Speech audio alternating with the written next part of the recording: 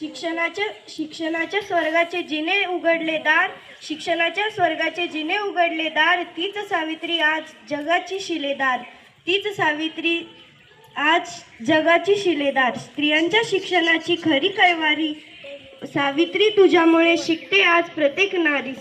समाजाला जिने दिली ज्ञानाची सावली, धन्य ती क्रांती ज्योती सावित्री माऊली. सावित्रीबाई फुले या भारताच्या पहिल्या महिला शिक्षिका होत्या.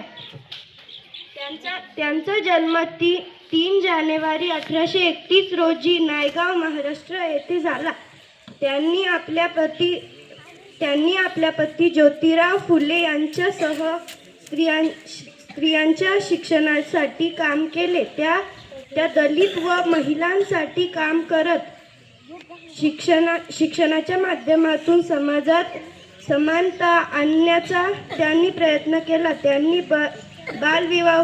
बालविवाह व जाती भेदभाव विरोधात आवाज उठवला.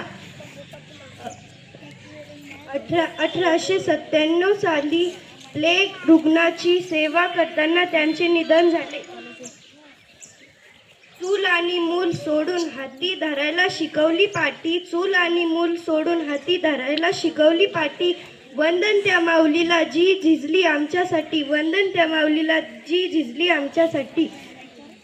एवढे बोलून मी माझे 2 शब्द संपवतो.